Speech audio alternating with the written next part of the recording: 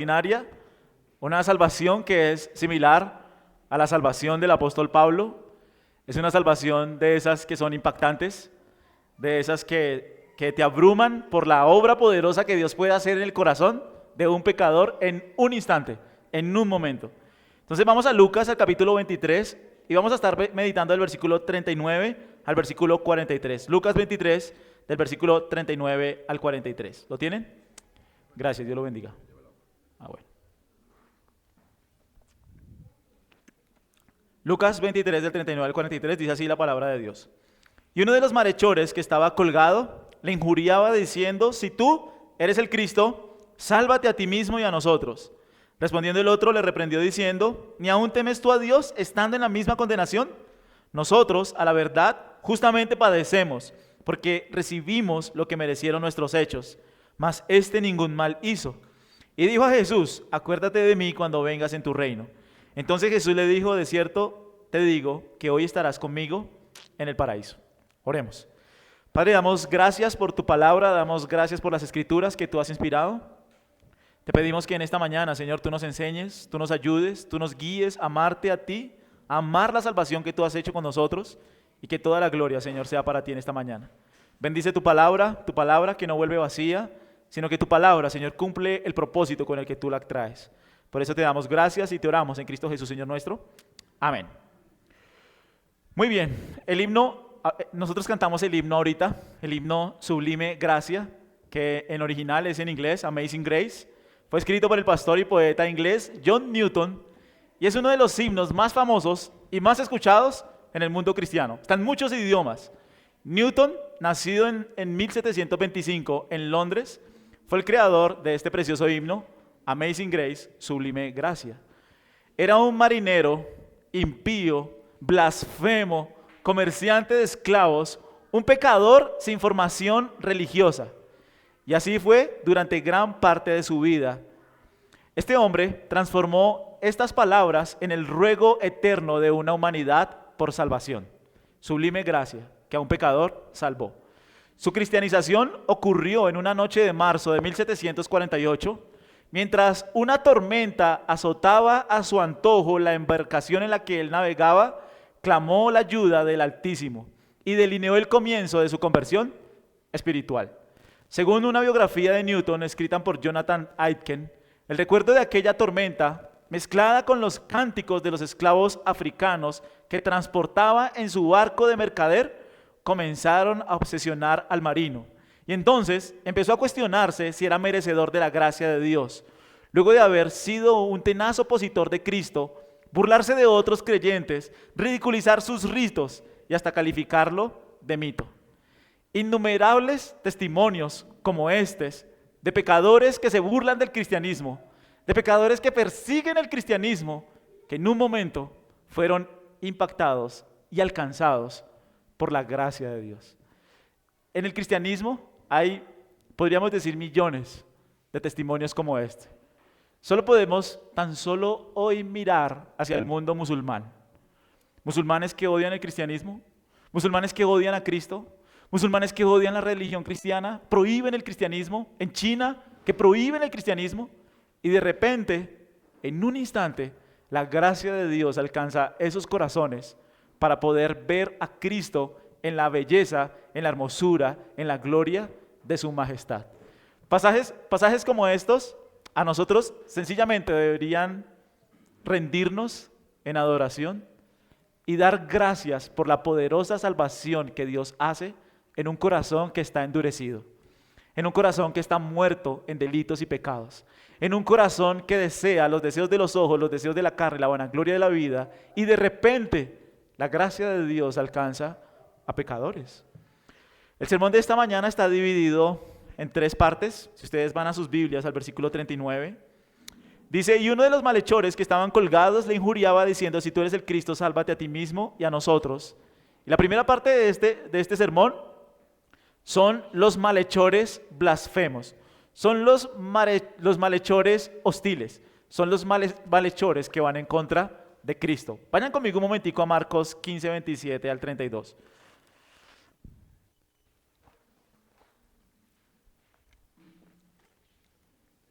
Marcos 15. ¿Cómo empieza esta historia? ¿Cómo empieza la historia de los dos malhechores? Ustedes saben que todo el escenario es un escenario de burlas. Se están burlando de Jesús. Todo es un escenario de burlas. Se están burlando de que él dijo que era rey. Le pusieron una corona de espinas. Lo desnudaron en la cruz. Pusieron un cetro. Se están burlando de él. Pusieron uno a su derecha y otro a su izquierda como simbolizando un trono de un rey.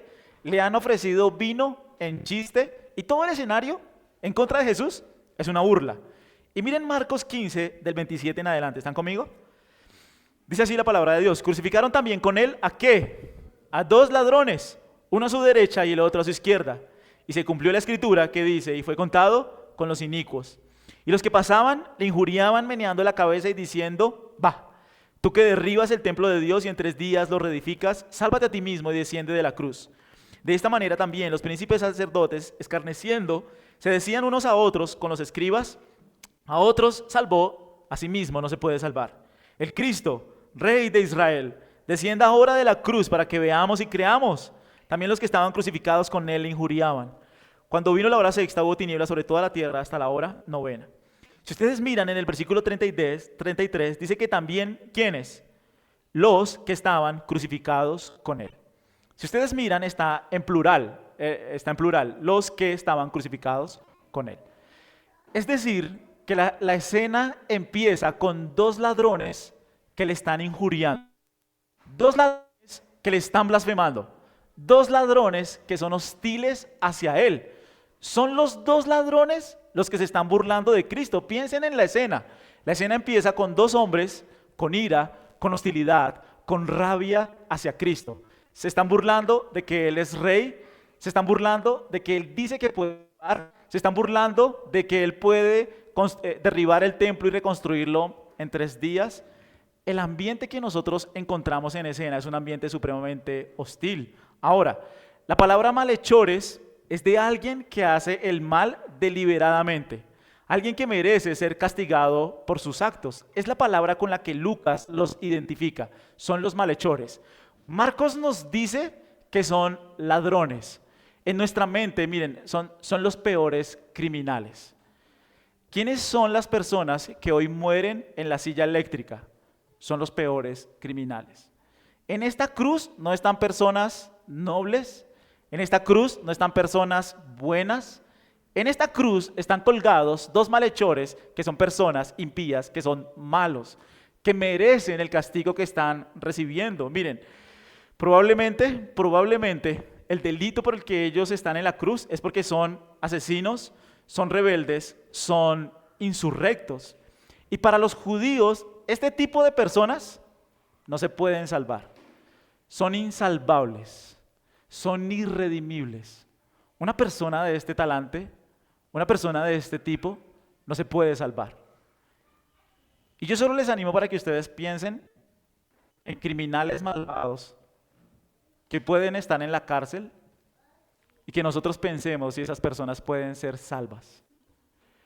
Y no solo si pueden ser salvas, sino si pueden ser salvas en el último instante de sus vidas. Criminales que están listos para ir a morir en la silla eléctrica por violación, por descuartización, por muchos delitos, crímenes cometidos. ¿Será que esas personas pueden ser salvas? Lo que los judíos dirían es no, de ninguna manera, es injusto. Ese pecador que está en la cruz, los 2 que están en la cruz colgados muriendo, son pecadores irredimibles.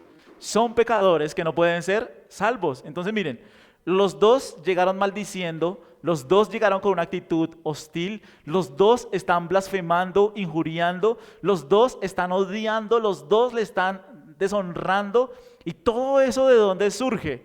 De su naturaleza de pecado. Es su propia concupiscencia, son los ídolos que dan forma a su corazón los que llevaron a estas personas a estar en este estado en el que se encuentra. Son los pensamientos que son vanos. Ahora, quiero que piensen conmigo un segundito. ¿Por qué las personas llegan a caer tan bajo? ¿Por qué hay personas a esos niveles de maldad? Piensen en criminales que están en la calle, que son supremamente malos, perversos. ¿Por qué las personas llegan a ese lugar donde llegan? Y la descripción de la Biblia es clara, por su corazón. Del corazón sale lo malo, Del corazón sale lo perverso, del corazón sale lo impío, del corazón, la persona, miren, una persona es gobernada por lo que piensa y por lo que desea. Eso es lo que mueve la vida de una persona, lo que piensa y lo que desea. Cuando una persona en su corazón tiene un deseo y un pensamiento, toda su vida va a girar en torno a eso. Y como en el caso del ladrón, seguro que había un pensamiento y había algo que estaba gobernando su vida y su corazón que le llevó a vivir de esa manera. Piensen en personas que son sicarios. ¿Qué es lo que está gobernando su corazón? Tal vez es el deseo de tener dinero, es el deseo de tener poder, de ser líder de una comuna. Siempre hay algo que gobierna y dirige el corazón del ser humano y hay personas que se inclinan a eso de tal forma que se entregan a esos vicios vanos. Pero si ustedes lo miran, nuestro corazón no está muy lejos de eso. Nuestro corazón no está muy lejos de tener un ídolo, un deseo y un pensamiento sobre el cual se gobierna y se dirige nuestras vidas. De hecho, en cierto sentido, vamos a ser muy similares a los ladrones.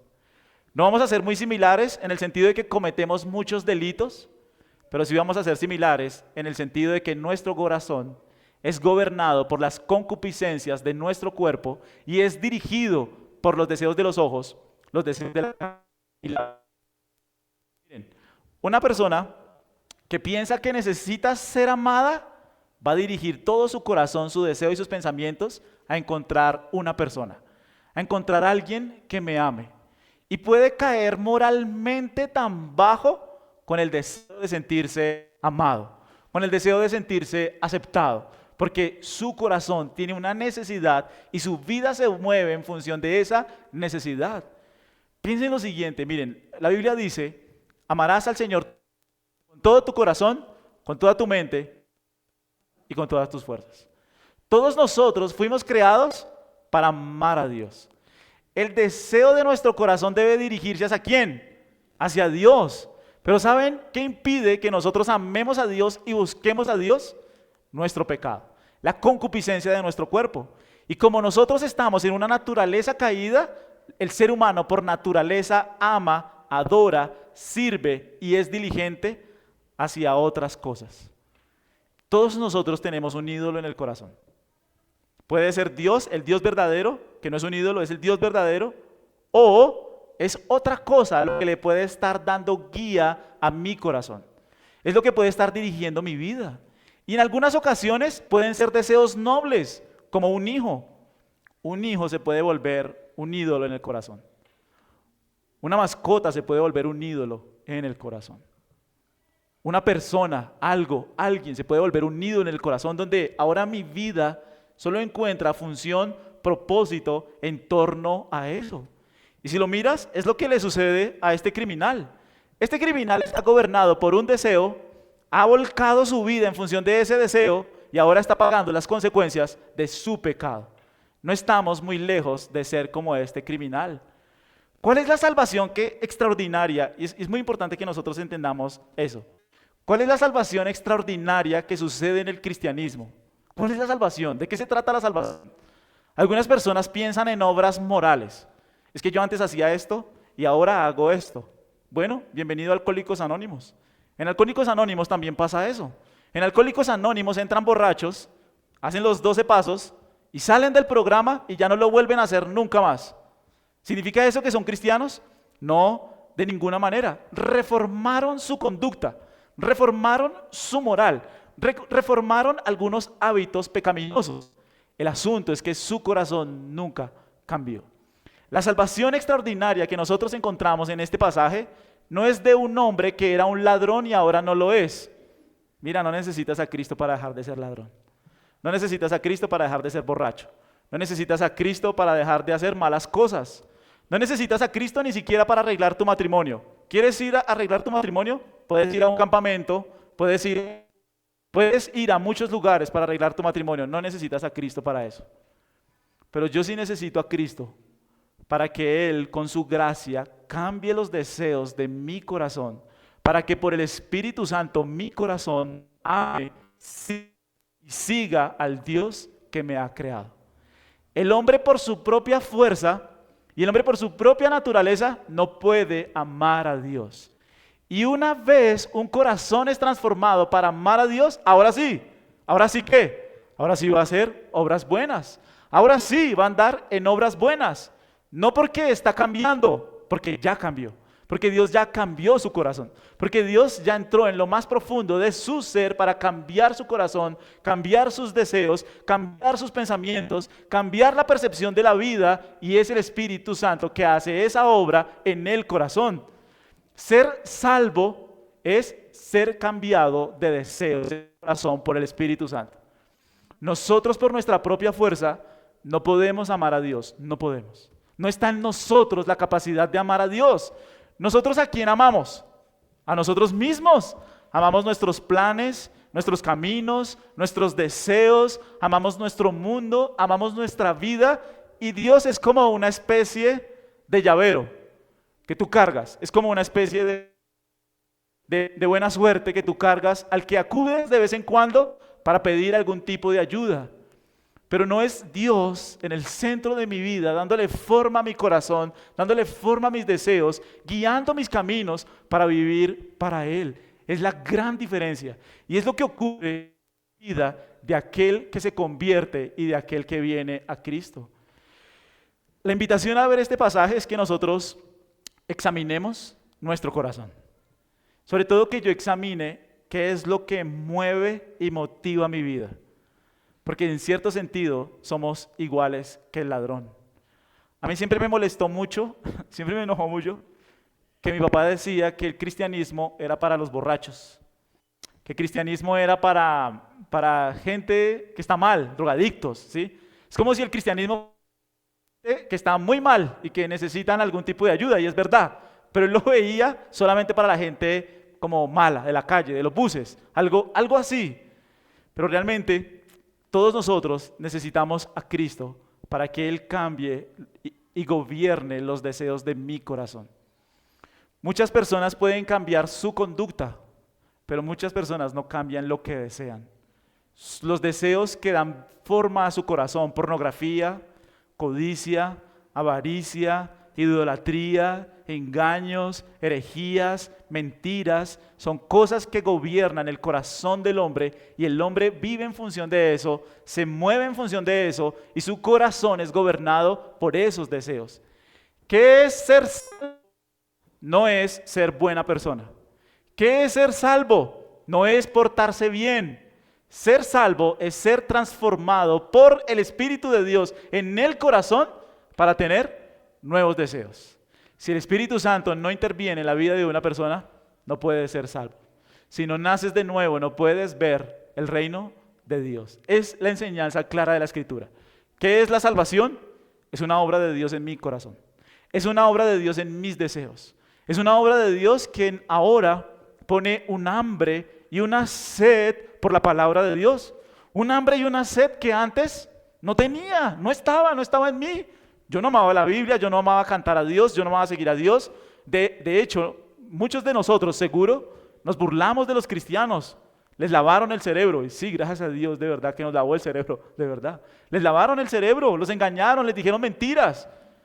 Es Dios quien por su gracia entra en un corazón duro, en un corazón de piedra, transforma los deseos, y ahora esta es una nueva criatura con una nueva capacidad para obedecer, amar, servir y glorificar a Dios.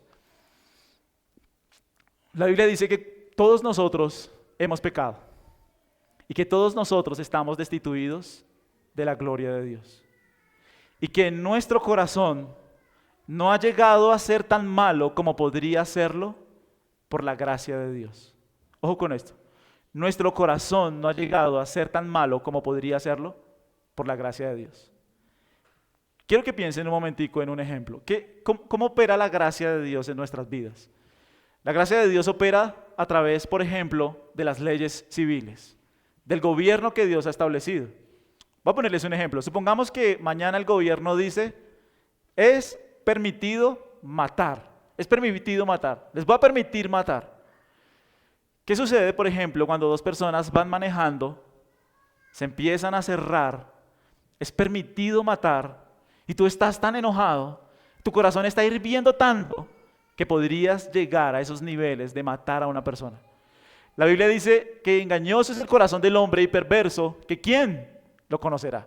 Que nuestro corazón puede desarrollar niveles de maldad tan grandes que podríamos ser semejantes a los peores criminales. ¿Y qué es lo que impide que yo sea tan malo como ellos? La gracia de Dios, quien obró a través de los padres, a través del Estado y a través de la iglesia. Dios refrena la maldad de los hombres y ha refrenado nuestra maldad de esa manera. ¿El punto cuál es? ¿El punto cuál es? Que nuestro corazón es tan malo como el corazón del ladrón. Que nuestro corazón desea malas cosas como el corazón del ladrón. Y que en cierto sentido nosotros debemos identificarnos con estos malhechores que se están burlando de Dios. Miren un momentico Romanos 1:30, un segundo conmigo, Romanos 1:30.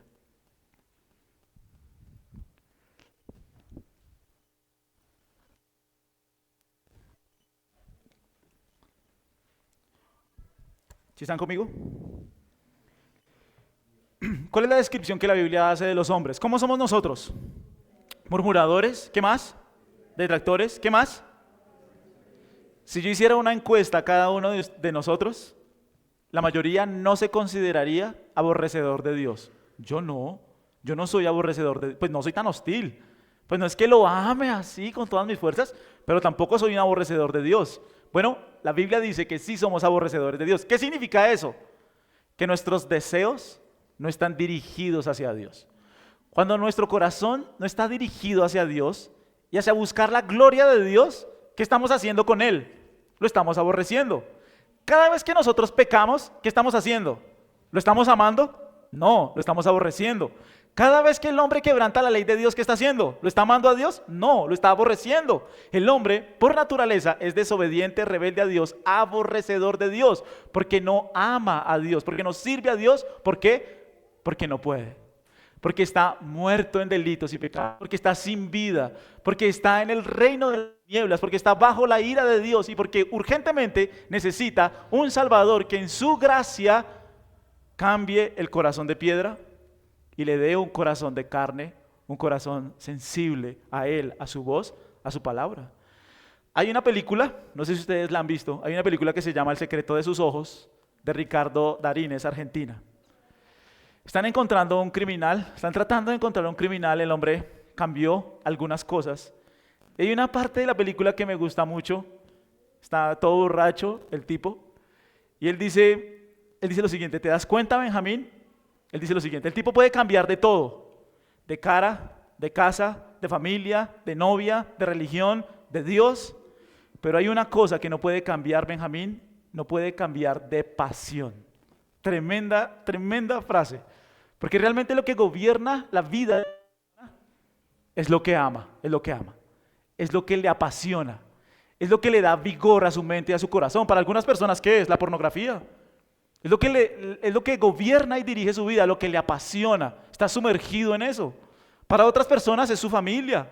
Para otras personas son sus hijos. Para otras personas es su trabajo. La Biblia dice que no puedes servir a dos señores, porque amarás a uno y menospreciarás al otro, o estimarás a uno y aborrecerás al otro. No puedes servir a Dios y a las riquezas.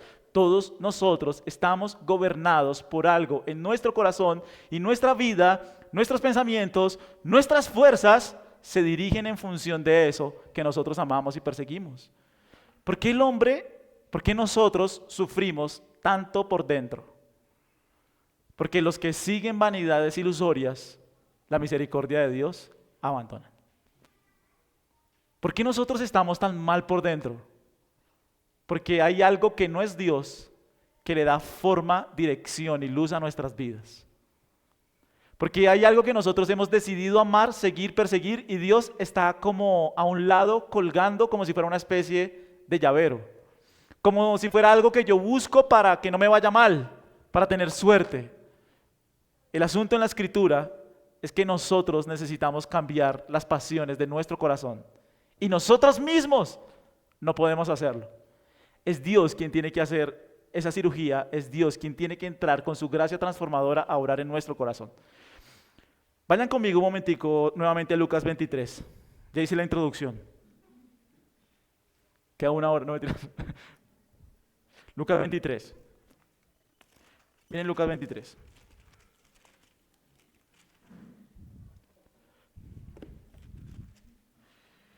Y uno, ¿están conmigo? 39. Y uno, ¿de quiénes? De los malhechores, que estaba como juzgado, le injuriaba, le estaba blasfemando diciendo, si tú eres el Cristo, sálvate a ti mismo y a nosotros. Hay algo interesante. Dos personas que están en la misma situación. Uno responde en amor y otro responde en dureza. Y a mí me impresiona que una persona, miren, esta persona está en una situación crítica. Sí. ¿Está a punto de morirse? Sí. Ninguna situación crítica o de sufrimiento puede cambiar a nadie.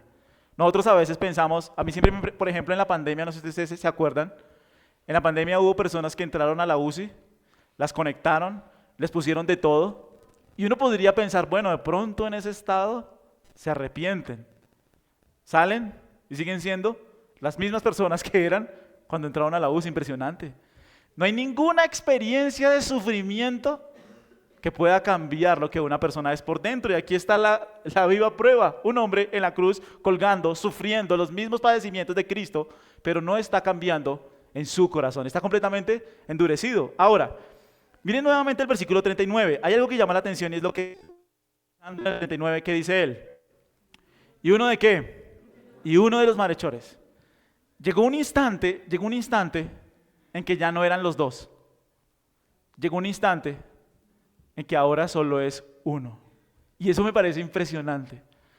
Los dos llegaron maldiciendo, los dos llegaron odiando, los dos llegaron odiando a Cristo.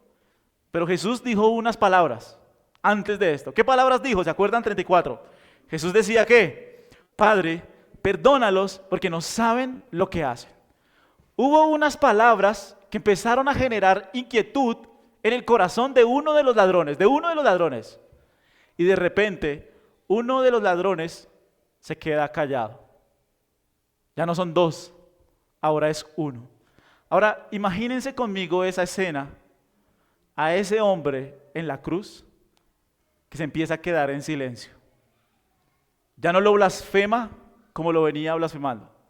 Hubo algo en su corazón que lo atrapó. Hubo una gracia abundante que vino sobre él, que empezó a preguntarse dentro de él que tal vez esto es cierto. Mientras todos ven a este Jesús como un hombre blasfemo, Jesús empezó a brillar en los hombres de un hombre que empezó a verle como precioso, que empezó a verle como admirable, que empezó a verle como rey, como salvador, como justo. Es la gracia abundante de Dios por medio de su Espíritu viniendo a un corazón, atrapando su corazón, atrapando su mente, atrapando sus deseos, atrapando su vida y llevándole a preguntarse qué es lo que está sucediendo. ¿Qué es lo que está sucediendo? Que este hombre ha empezado a considerar quién es él. Es un pecador. Ha empezado a considerar el juicio de Dios. Voy a morir. Ha empezado a considerar que hay un hombre que está a su lado que puede perdonarle, que puede limpiarle, que puede lavarle. Dios ha empezado a darle vida a ese hombre en medio del camino, en medio de sus palabras. En medio de ese momento, la gracia de Dios empezó a operar en su corazón y empezó a darle vida y empezó a darle una nueva perspectiva de la realidad cristiana. Su corazón, sus motivaciones, sus deseos, sus pensamientos empezaron a ser transformados. No por ninguna obra que él estuviera haciendo, porque él ¿cómo está? Colgado. Él no está haciendo nada. Él no está haciendo ninguna buena obra. Él no está diciendo absolutamente nada. Él está colgado, atado a una cruz. ¿Quién está operando ahí? La gracia de Dios en un corazón endurecido, que ha empezado a considerar la realidad de su pecado, que ha empezado a considerar lo que estaba diciendo. Se quedó callado. Es impresionante, miren, qué pena. Yo recuerdo que en el salón había un muchacho que era cristiano, el cristiano del salón. Y el cristiano del salón, nosotros nos burlábamos del cristiano del salón. ¿Sí me entiendes? El cristiano del salón siempre es el objeto de burla. Nos burlábamos de él, nos reíamos de él. Y fue muy chistoso porque en la práctica final nos tocó ir a un taller de mecánica y me tocó con él. Y cada 8 días que yo me veía, de verdad, sin mentiras, lo molestaba. Yo le decía que si él era de los 12 apóstoles, que su cristianismo, que porque se reunían de a 12 y siempre me empecé a burlar de él. Pero recuerdo un día, muchas gracias, Dios lo bendiga, gracias. Recuerdo un día cuando me invitaron a una iglesia cristiana y algo empezó a suceder dentro de mí. Algo empezó a suceder en el corazón, donde ya la vida ya no la podía ver de la misma manera que la veía antes. Y recuerdo que mi papá un día me dijo su mamá que usted está yendo a una iglesia cristiana. Yo sí, pero no está pasando nada, cuando yo sabía que por dentro sí estaba pasando algo. No, pero no pasa nada. Es como para ir, para mirar, pero no pasa nada. Bueno, cuidado que allá lavan el cerebro, ¿no? Sí, no pasa nada. Ya estaba pasando algo por dentro. ¿Cómo hizo Dios esa operación? Ninguno de nosotros tiene ni idea. Pero si tú eres creyente y si tú miras hacia atrás, era una cosa la que nosotros pensábamos de Cristo y fue otra cosa la que Dios hizo en el corazón, que abrió nuestros ojos y vino la gracia sobre nosotros, nos atrapó y nos llevó a amar y a ver a Cristo como lo más bello, lo más precioso, lo más hermoso. Miren conmigo un segundito Juan 13. Juan 1:13.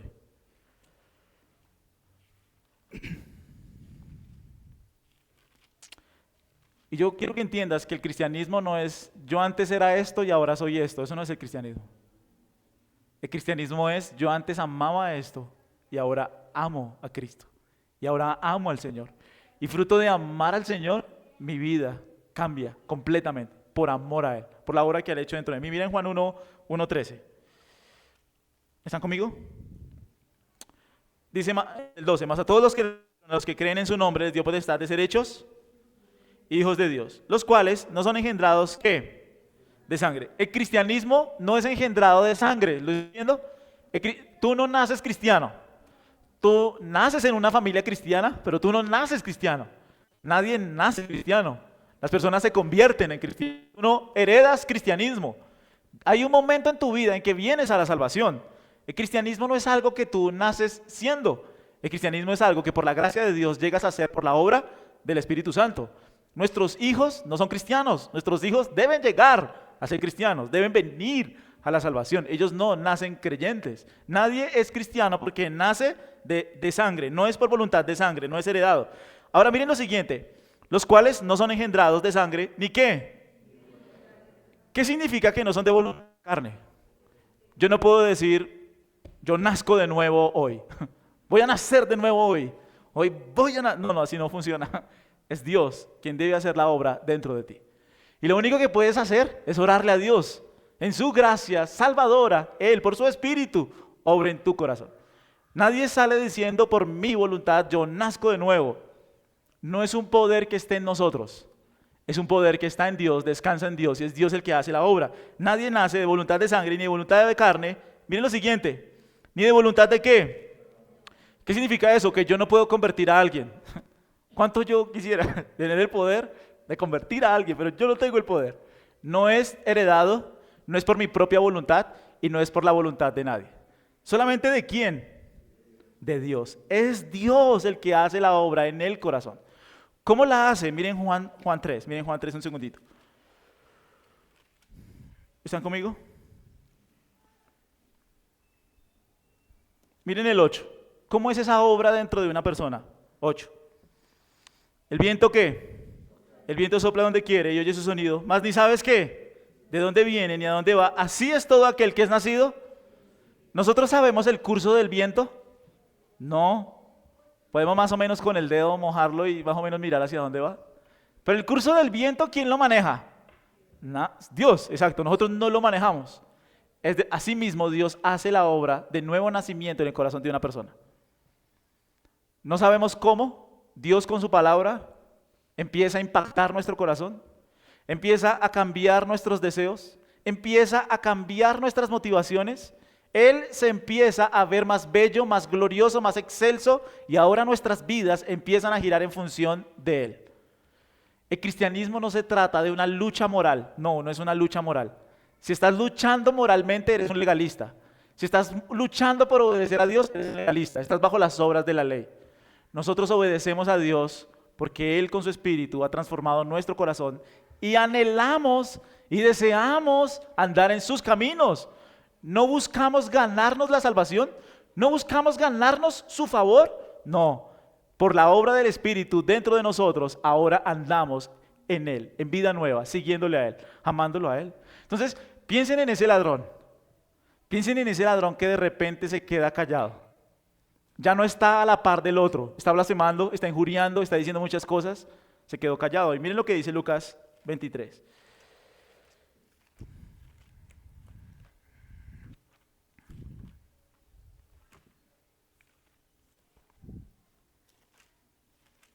Lucas 23, ¿lo tienen conmigo? Miren el versículo 39, otra vez. Y uno de los malhechores que estaban colgados le injuriaban diciendo: si tú eres el Cristo, sálvate a ti mismo y a nosotros.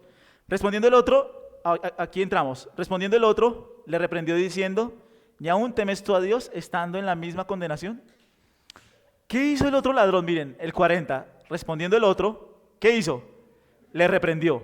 Esta palabra en el griego es una palabra fuerte, es una palabra de defensa, le reprendió. Ahora, solo me puedo imaginar la cara del otro. Solo me puedo imaginar la cara del otro, o sea, pero si los dos veníamos blasfemando, ¿lo que le pasó? Los dos veníamos injuriándolo, los dos veníamos diciendo cosas, y de repente, este hombre, por la gracia de Dios que ha albergado su corazón, ya no soporta las injurias contra Cristo. Ya no soporta las palabras contra Cristo. Él tiene que hablar. Él tiene que defender su fe, su Señor, porque en su corazón ha sido convencido de que Cristo es precioso, de que Cristo es el Rey, de que Cristo es justo, de que Cristo es Salvador. Piensen, miren, cuán difícil es para nosotros decir en nuestro trabajo, universidad, lugares, familia, que somos cristianos, ¿sí? Yo creo que a todos nosotros es algo que nos costó, ¿sí? ¿Tú eres cristiano? ¿Usted es cristiano? ¿Sí? ¿De verdad usted es cristiano? Pero este hombre no tuvo ningún reparo, no tuvo ninguna duda. Inmediatamente su corazón se vio transformado por la gracia y es tan abundante que él sale a defender su fe. ¿Qué le pasó? Ya no soporta esa conversación que venía teniendo, porque ahora hay algo más precioso, hay algo que le apasiona, hay algo que le dirige, y es Cristo quien ha obrado en sus corazones. Piensen un momentico en el trabajo. En el trabajo se levantan una cantidad de conversaciones ociosas que pueden suceder en la familia. Cuando Dios de verdad ha obrado en el corazón de una persona, se incomoda. Miren, se incomoda con conversaciones. Se incomoda con palabras. Se incomoda con cosas que sabe que su Señor no ama, no sigue, no aprueba. El corazón queda tan cautivado por Dios, por su Espíritu, por su palabra, que ahora los amigos con los que él antes andaba, ya no puede andar con ellos. No porque no se lo permitan, sino porque su corazón ha cambiado. Su corazón ahora tiene un nuevo rey. Su corazón ahora tiene un nuevo Señor. Y ahora su corazón ama, busca, persigue a Cristo. Es impresionante la obra de salvación que Dios ha hecho en este hombre. Es impresionante. Porque en un instante, es casi similar al camino a Damasco del apóstol Pablo, ¿se acuerdan? ¿Cómo iba el apóstol Pablo camino a Damasco? A matar cristianos. Vamos a matar cristianos, vamos a sacar cristianos de las casas y los vamos a matar. Tenía permiso para matar. Y en medio del camino, cabalgando con toda la fuerza de su corazón, ¡prá! Cristo se apareció en su mente. Cristo alumbró su corazón. Cristo vino a traer vida. ¿Y qué terminó después diciendo? ¿Qué quieres, Señor, que haga? Miren, cuando un hombre, mujer, hombre, se apasiona por algo, cuando un hombre, mujer está gobernado por una pasión, dice la Biblia que es como caballo desbocado. Tiene una fuerza por seguir y buscar lo que anhela y ama, que ¿quién lo puede detener? Si no es la gracia de Dios transformando el corazón, los deseos. Me impacta mucho el testimonio de Paul Washer. Él siempre cuenta que estaba borracho, pasó la noche borracho, amaneció, como a las 4 de la mañana alguien llegó a golpear a su puerta. El hombre estaba asustado, él estaba asustado, pero le decía: mira, no puedo dormir, necesito decirte urgentemente esto, Dios me mandó a decirte esto. Y Paul Washer dice que al otro día, él no se explicaba lo que le había sucedido a él. Porque ahora tenía una convicción de que Cristo era real, de que Cristo era cierto. Y se despertó un hambre por la Biblia, por la iglesia, por Dios, por su palabra, por sus caminos. Un hambre que vino a su corazón, albergó en su corazón y vio a Cristo tan real por la obra del Espíritu Santo. Nosotros no somos cristianos por repetir una oración, no somos cristianos por nacer en una familia cristiana, no somos cristianos por ir a una iglesia, somos cristianos por los deseos transformados por el poder del Espíritu en el corazón. Y es la obra que ha sucedido en este hombre. Ahora este hombre quiere defender su fe, quiere proclamar su fe. Miren, es tal su involucramiento con Cristo, toda la vergüenza y toda la burla hacia quién va, hacia Jesús. Este hombre está dispuesto a unirse a esa burla. ¿A quién de nosotros les gusta que se burlen? A nadie. Piensen cuántas cosas están sucediendo en el corazón de este hombre que está dispuesto a unirse con Cristo en la burla. Y está dispuesto a aceptar lo que Cristo es delante de todos. Cuando todos se están burlando, cuando todos se están riendo, cuando todos están blasfemando a Cristo, acuérdate de mí cuando vengas en tu reino. Qué impresionante la gracia de Dios obrando en el corazón de una persona. Miren lo que sigue diciendo Lucas 23. Entonces ya vimos los criminales blasfemos, estamos viendo la gracia transformadora. Ahora sí dice el 40. Respondió el otro reprendiéndole diciendo ¿qué? ¿Y aún temes tú a Dios estando en la misma condenación? Lo primero que él habla acerca de ¿qué? Del temor de Dios. ¿No temes a Dios? La palabra griega es phobos. ¿No tienes fobia por Dios? ¿Cómo nosotros nos damos cuenta que alguien está siendo salvado? Porque el temor de Dios se incrementa en su corazón. ¿Qué es temor de Dios? Es temor del juicio y es temor de pecar contra Él. Son las dos cosas. Es temor del juicio final, pero también es temor de pecar contra Él. Es decir, que pecar se vuelve como una espada que atraviesa el alma. Cuando pecas contra Dios, entiendes que estás deshonrando su nombre y hay un temor creciente en la vida de la persona. La persona cae abrumada por la sensación de pecado, porque él reconoce y entiende que ha pecado contra Dios. A mí siempre me impresionó que en la iglesia, supuestamente habíamos varios cristianos, pero yo sé que la mayoría no eran cristianos, pero en la iglesia a mí siempre me impresionaba lo siguiente. Yo siempre decía, ¿por qué las otras personas pecan y no sienten nada? Y yo siento esta espada atravesando mi alma y esta culpa que viene sobre mí y esta vergüenza contra Dios cuando peco. ¿Por qué los otros pueden pecar deliberadamente y no sienten nada? Y esta carga ha venido sobre mí. ¿Por qué? ¿Por qué no me vuelves a hacer como antes? Decía yo. Vuélveme a hacer como antes, que yo pecaba y no sentía nada, no sentía ninguna carga, no sentía ninguna culpa. ¿Por qué, por favor, no lo vuelves a hacer? Es impresionante. Cuando una persona de verdad está siendo salva, cae bajo la convicción de pecado, cae bajo la convicción de juicio. Sus ojos se abren para ver la pecaminosidad, la maldad de su corazón, de sus deseos. Su conciencia se abre para entender lo que está sucediendo en su corazón. No temes a Dios, tú tampoco temías a Dios, pero ahora Él es consciente de Dios, de su presencia. Dios ha alumbrado su corazón. Dios le ha mostrado su pecado. Dios le ha mostrado la maldad que hay dentro de él. Ahora el hombre es consciente de su naturaleza de pecado y que debe temer a Dios porque viene el juicio, porque viene el fin, porque está establecido que los hombres mueren una sola vez y después de esto el juicio. Este hombre ha sido consciente de esa realidad, de su pecado y del juicio de Dios. ¿De qué más es consciente? Sigamos leyendo. ¿Ni aún temes tú a Dios estando en la misma condenación? Ahora miren el 41. Nosotros a la verdad que justamente padecemos porque recibimos lo que merecieron nuestros hechos. Nosotros a la verdad que justamente padecemos. ¿Qué está reconociendo? Que es pecador y que el juicio que ha venido sobre él es justo. Yo quiero decirles lo siguiente, miren.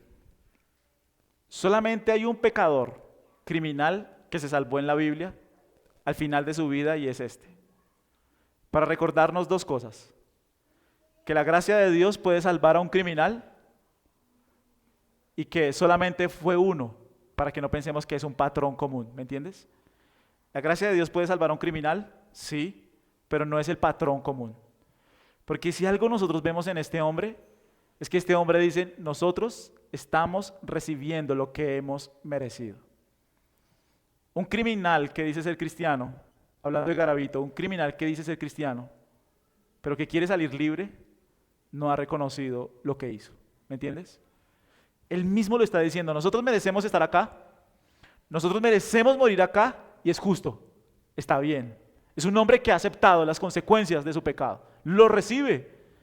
Un criminal que quiere salir antes de tiempo es porque no ha aceptado el castigo que recibió, que merece recibir. ¿Me entienden? Y es uno solo en la Biblia, para que pensemos que no son todos, pero es uno solo para que recordemos que la gracia de Dios puede salvar a una persona al final de su vida. ¿Me entienden? Entonces miren, este hombre en el versículo 41 está diciendo, nosotros a la verdad justamente padecemos, estamos muriendo por nuestro pecado, entendemos que nuestro pecado es malo, entendemos el juicio de Dios, porque nosotros recibimos lo que merecieron nuestros hechos, ¿mas este qué?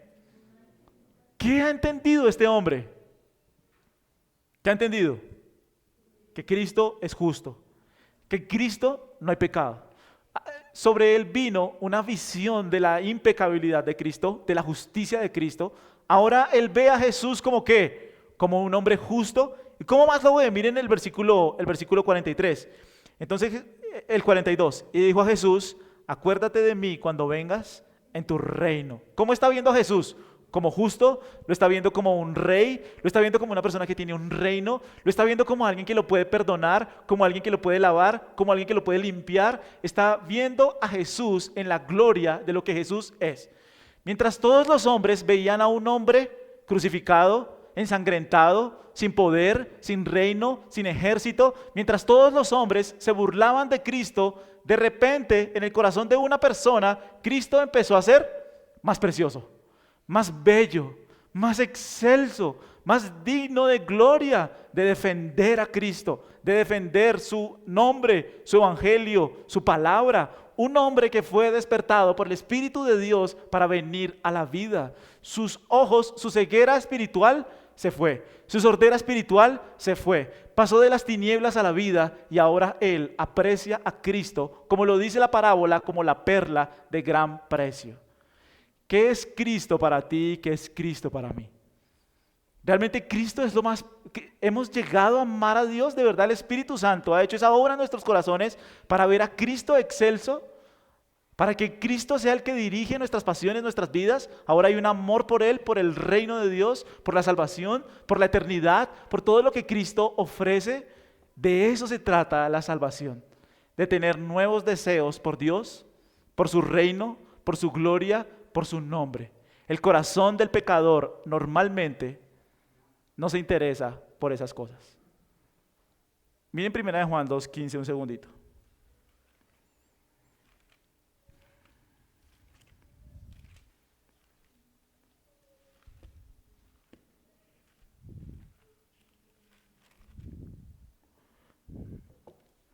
¿Qué es lo que dice? No améis al mundo, ni las cosas que están en el mundo.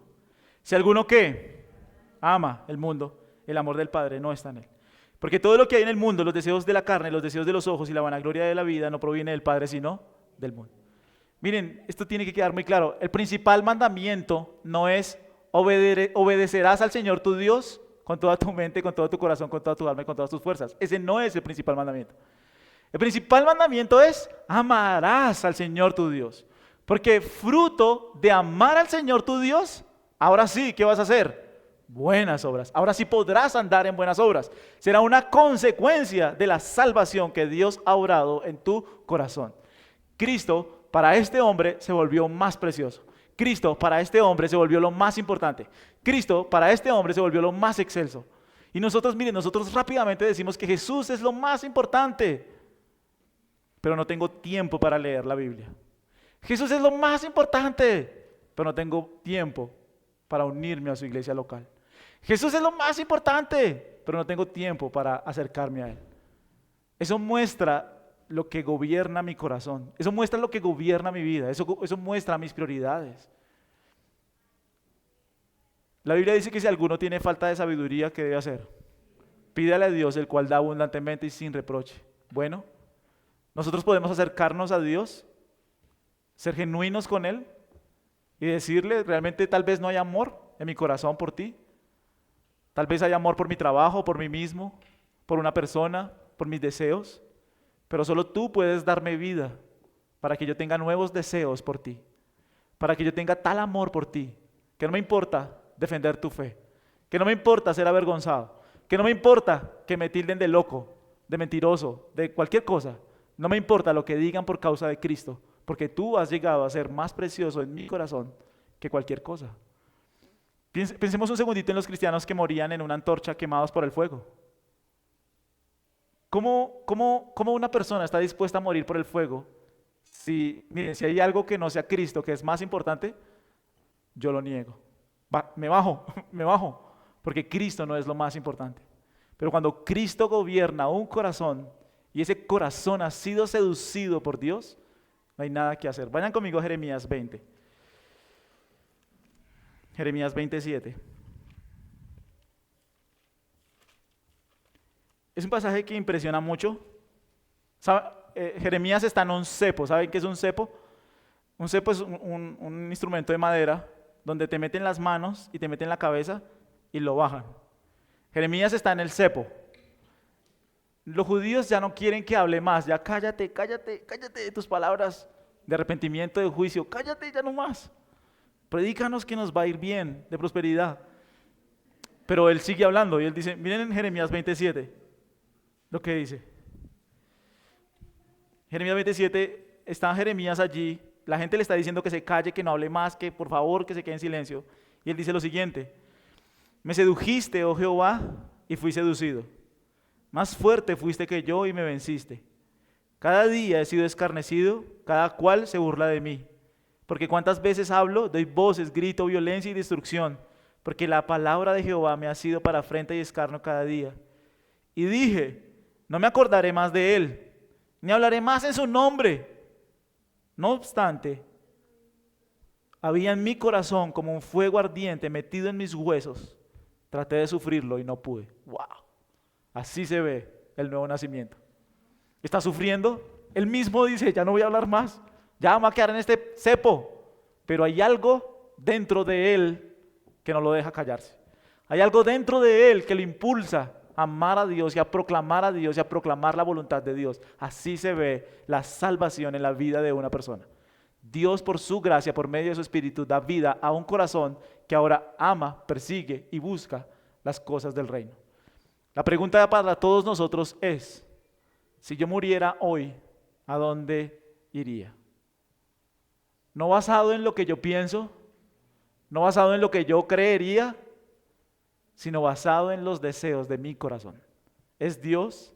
¿Es su palabra? ¿Es su reino? ¿Es su nombre? ¿O soy yo mismo? ¿Son mis propios deseos, mi vida, mis deseos, mi camino, lo que está gobernando mi vida? Volvamos a Lucas para terminar.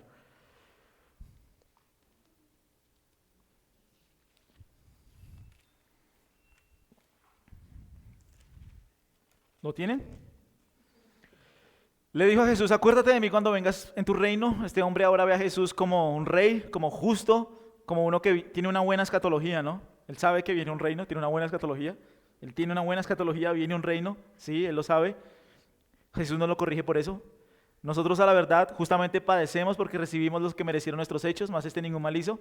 Acuérdate de mí cuando vengas en tu reino. Miren el versículo 43. Entonces Jesús, ¿qué le dijo? De cierto te digo que cuando hoy, de cierto te digo que cuando hoy estarás conmigo, ¿en dónde? En el paraíso. Lo último que vemos es la salvación asegurada. Este versículo es uno de los versículos más fuertes para rebatir el sueño del alma, ¿sí? Hay iglesias que enseñan del sueño del alma, que tú entras en un estado de inconsciencia. Bueno, no es lo que este versículo dice. Las personas que defienden el sueño del alma dicen, no, es que para el Señor un día es como 1000 años y 1000 años son como un día. El problema de ese pensamiento es que esta misma palabra es la del Padre Nuestro. El pan nuestro de cada día, dásnoslo. Ahí no se está refiriendo dentro de 1000 años o un día, no, es hoy. Esta misma palabra está acá en el griego. De cierto te digo que hoy, ese día, ese hombre iba a estar con Jesús. ¿En dónde? En el paraíso. En la Biblia se llama paraíso. En 2 Corintios el apóstol Pablo lo muestra como en el tercer cielo. Fui llevado al tercer cielo, fui llevado al paraíso. Y es el lugar donde están todos aquellos que por la fe y el arrepentimiento han venido humildemente ante Cristo para pedir salvación, gracia, misericordia y perdón de sus pecados. Aquí Jesús aseguró la salvación de este hombre. Ahora, ¿cuántas buenas obras hizo? Ninguna. Tenía las manos atadas. Porque terminemos con eso, Efesios 2, 8.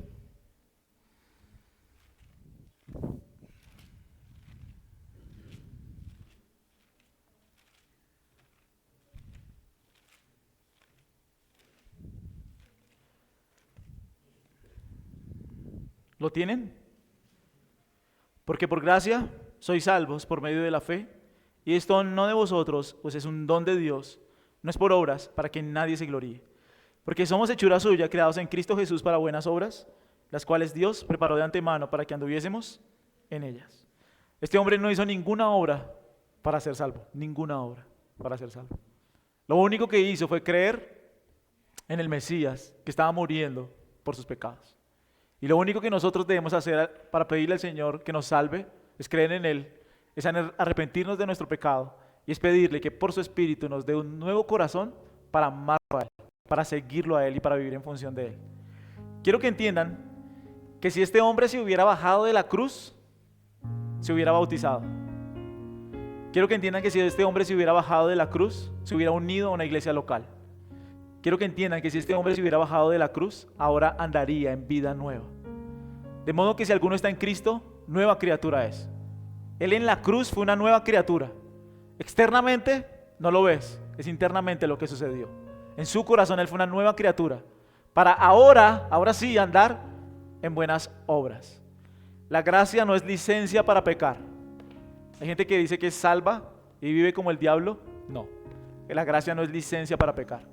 La gracia es una obra en el corazón que ocurre transformando tu corazón y ahora llevándote a vivir en vida nueva.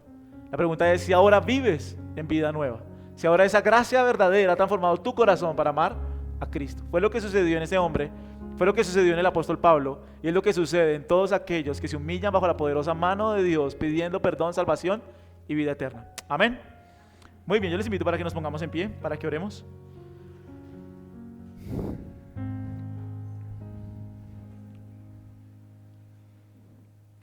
Señor, damos gracias porque nuestros pecados son perdonados en ti, porque nuestra mente era vana, nuestro corazón era malo, nuestro corazón estaba endurecido, nuestro corazón estaba muerto en delitos y pecados, seguíamos las ideas, las corrientes de este mundo, pero gracias porque a ti te ha placido lavarnos el cerebro, a ti te ha placido limpiar nuestro cerebro. Tantas ideas vanas, equivocadas, erróneas, así como el ladrón que llegó maldiciendo, así nuestro corazón, Señor, ha sido transformado por tu gracia. Tú nos limpias, tú nos lavas, tú nos renuevas, tú nos das vida nueva, nos das vida eterna, nos perdonas, nos haces hijos tuyos, adoptados por medio de Cristo. Tú nos unes a la familia de la fe, tú nos unes a ti, Señor, por gracia. Por favor, amado Señor, danos la gracia de vivir para tu gloria, danos la gracia de vivir para ti. Transforma nuestros corazones, nuestros deseos, nuestra vida interior, Señor, para que nosotros tengamos una obediencia genuina por ti, por tu palabra. La salvación, nuestros pecados han sido perdonados, nuestros corazones han sido cambiados, nuestras vidas están habitadas por el Espíritu para santificarnos y vivir para tu gloria. Por eso te damos gracias, Señor, por lo que somos en Cristo, por la obra que has hecho dentro de nosotros y porque nos das la gracia, Señor, de glorificarte a ti. Por eso nosotros te bendecimos, te exaltamos, te adoramos, te damos gloria y te oramos en Cristo Jesús, Señor nuestro. Amén.